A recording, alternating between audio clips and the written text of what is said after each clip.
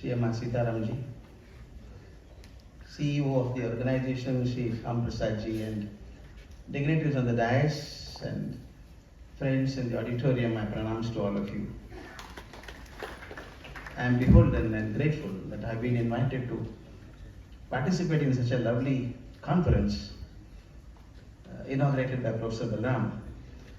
I do not, and I should not, dare to talk on research after Professor Balram speaks. But having come here and I have been allotted 20 minutes time, I should do some justice to the 20 minutes. He spoke about two kinds of researches, good research and a bad research. I always wondered what stimulates good research. Research happens, some people are committed to research, some people do research. What makes a person get into research first of all? Every time the plane I travel lands on the airstrip, I thank and say, thank you Goodyear, thank you Charles Goodyear. The man spent all his life in searching for a technique of making rubber hard. He spent every penny of his house, sold his materials in the house, purchased rubber wherever it is available. He is feeling sad that the rubber is so soft. He thought it is of some use. It can't be useful if it is so soft. And the story says, stories in science are more exciting than the truth, but sometimes they are beyond truth. But it said that once he went to a shop to purchase rubber piece, he gave the money, and the man was taking out rubber from the shelf and it fell down. It fell down on a hot oven on a plate. He just knocked it off and gave it to him. And Goodyear saw that a little black there. He bargained with him, his black is spoiled, give me a little more rubber for the same money. He went back home and found that this part of the rubber which had fallen on the hot stove had become hard. It seems he went back to the shopkeeper and said, what were you heating on the stove? He said, I was heating sulfur. So give me a little sulfur. And then he says sulfur and rubber together, the process of vulcanization happened. And perhaps Charles Goodyear died in penury, but his great grandson travels in a chartered aircraft. Every time the plane lands on the airstrip and sparks come out, I say thank you Charles Goodyear. His research was driven by some curiosity. I always request the teachers and the faculties, as Dr. Balram mentioned, the boundaries should disappear. Actually, science has no boundaries. Since we can't swallow the whole science in one go, we have broken it into different divisions, that's all. Science is seamless.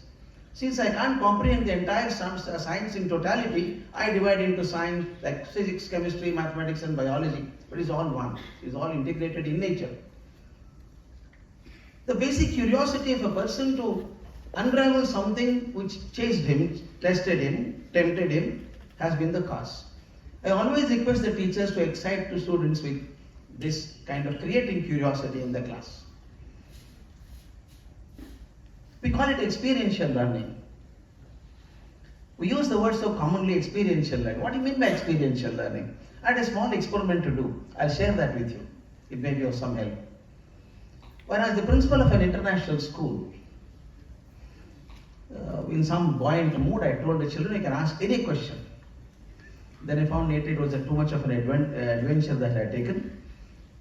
It is so easy to take the doctoral students class. Interacting with doctoral students is very easy because they do not know, you do not know. Both of you search together. And very easy to handle master's degree class because I have done all that. Because master's students normally don't ask questions because the internals are with you. And bachelor science students, barring a few honorable exceptions here and there, they want to complete the degree. PUC students, especially PCMB, have forgotten their parents' name also. They remember only PCMB syllabus by heart, appear for the examinations. High school 10th standard boys don't ask questions, 9th and 8th ask few questions. 6th, 7th and 5th ask more questions. But the most difficult one is to answer the questions of primary and nursery children. I found they are the greatest scientists ever.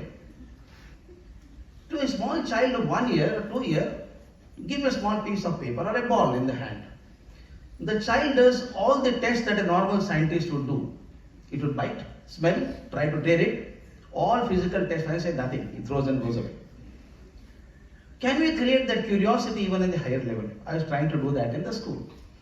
When I declared that you can ask any question to me, it is a residential school, all children stay there on the campus. It was Sunday morning, 3 boys came to me. They said, sir, we have questions, sir. All 3 Americans, Indians settled in America for 3 generations.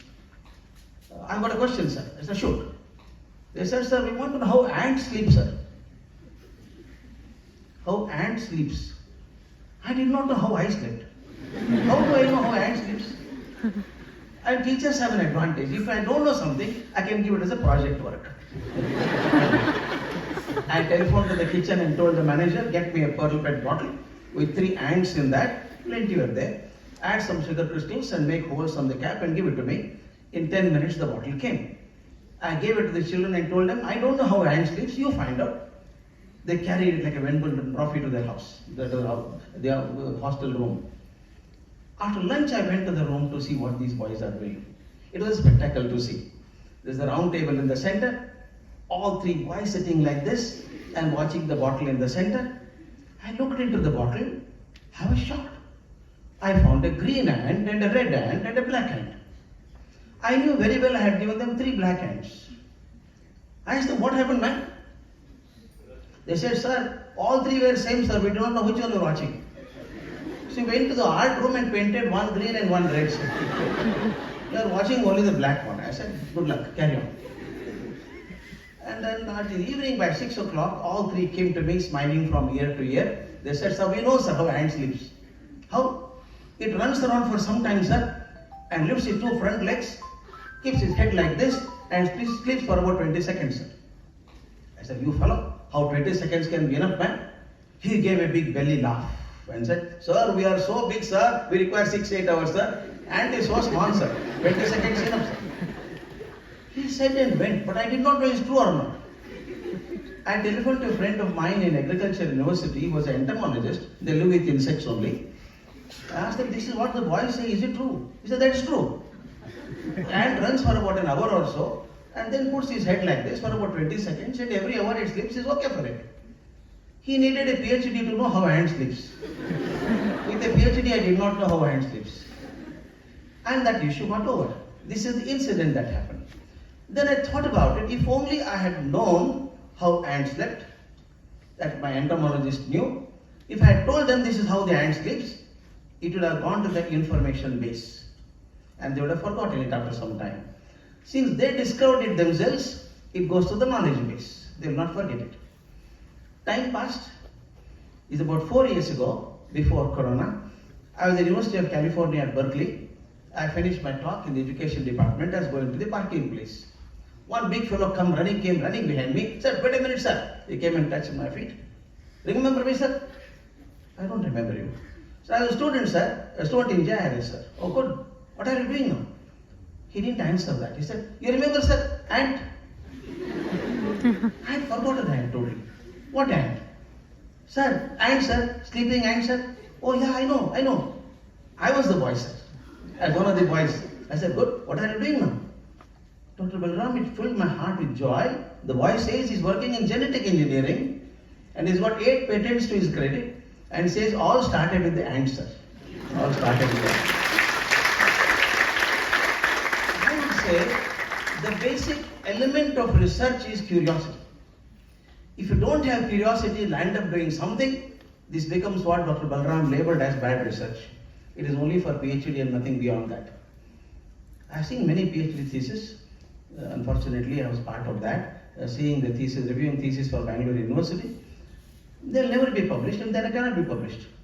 It is only to give a PhD 3 alphabets before your name. But a good research is one which changes the society in future. That curiosity has to be triggered in the classrooms. What I'm trying to say is, while integrating the curriculum, integrating the subjects and focusing the students towards research, first bring that basic element of curiosity in them. I was thinking, once the mind is curious, it can do amazing things. You talk about basic research and what you call applied research. These two are slightly different. The focus is different, approach is different, and then when you do that, I was thinking of a person called Elias Home, is that? Ho, Elias Ho, Howe, Elias Ho, was a tailor in England. It was in the beginning of the 19th century. In England, people wear woolen dress, and woolen is quite thick. And to put the needle through that and stitch was difficult for him. He would get injured on the finger. He had the cap, steel caps, but still he would get injuries. He was all the while worrying about how to make a sewing machine. He did not know how to make a sewing machine. He got obsessed with it. So much obsessed with it, every time he thought of sewing machine only. How to make a sewing machine, how to make a sewing machine. The curiosity is triggered now. Once the curiosity is triggered, it will not allow you to sleep. He started chasing it. And we know the Kekule structure of benzene ring. We say that he dreamt it in the afternoon dose. He suddenly found the snake running around and catching its own tail. I tell my students, you will not get the snakes in your dreams. Unless you are obsessed about that, you can't get a dream of that kind. Kekule is obsessed about what happens to the structure of benzene. Unless that intensity of concern about the topic becomes so high, you can't dream like that. Same thing happened to Elias Howe. He was sleeping in the night. Suddenly he found in his dream, Red Indians had come. Terrible fellows with paint on their face and body covered by the green leaves, and they're laughing hysterically and came dancing around him. And one leader of the Red Indians told, this Elias Howe is useless. He can't discover a sewing machine. Pull him out and kill him. He was dragged on the road. Elias Howe was shouting for his life, screaming for his life. He was thrown on the road with his face up. And the leader of the Red Indians told, kill him by pushing the spear into his neck. This fellow is falling like this and looking up. One Red Indian came there laughing and brought a long spear. You know the long rod with a spear and sharp end at the end. As the spear needle, the tip was coming towards his neck, suddenly Elias Howe saw the spear end, the sharp end, had a hole resembling human eye. The end of this had a hole resembling human eye. Suddenly he sat up and said, I got the idea to make a sewing machine. His wife said, shut up. You're shouting at 1 o'clock at night. I got sewing machine. How did he get it?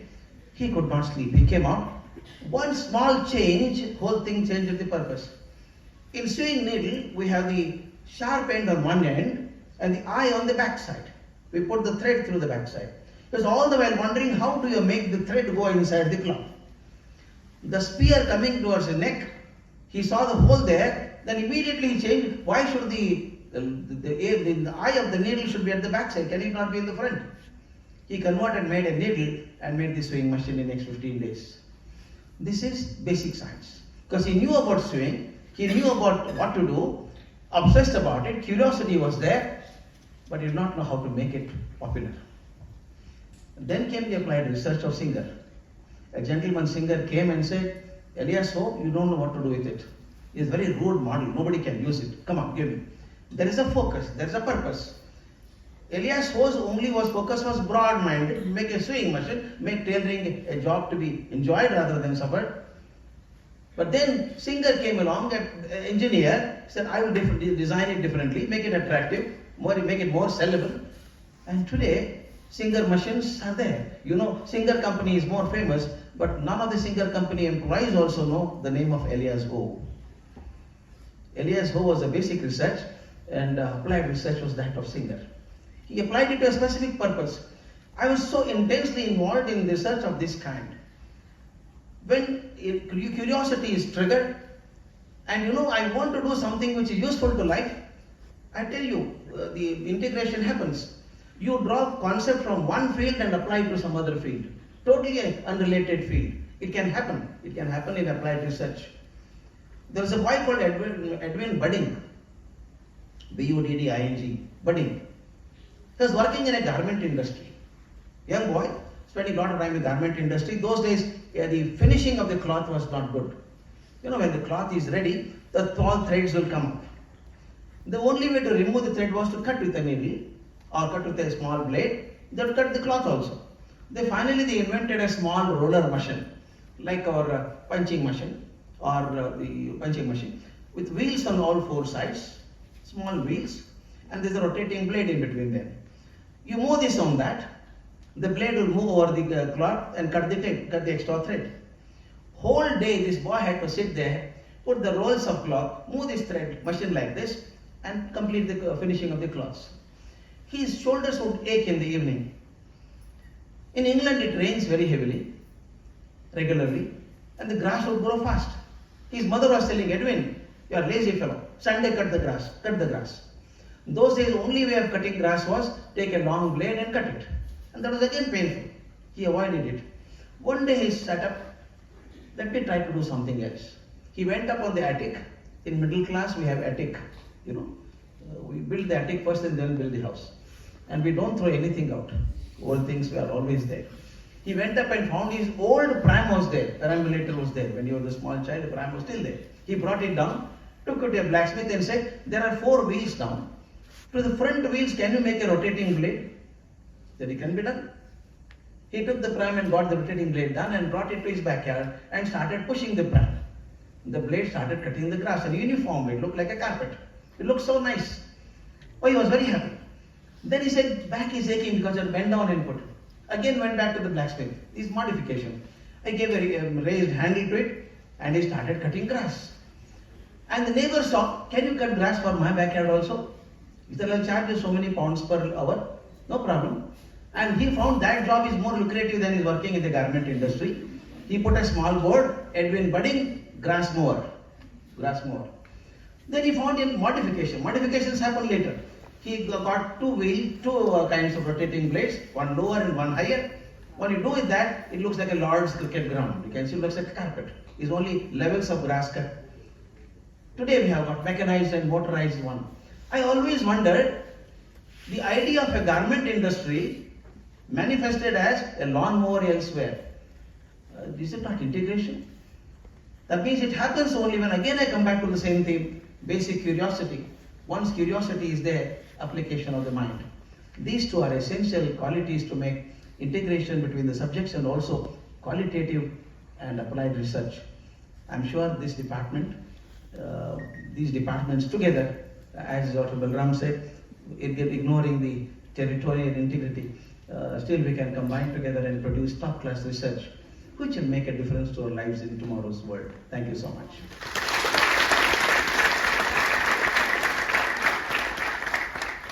Thank you, sir, for such a wonderful and interesting talk. I request all to applaud once again.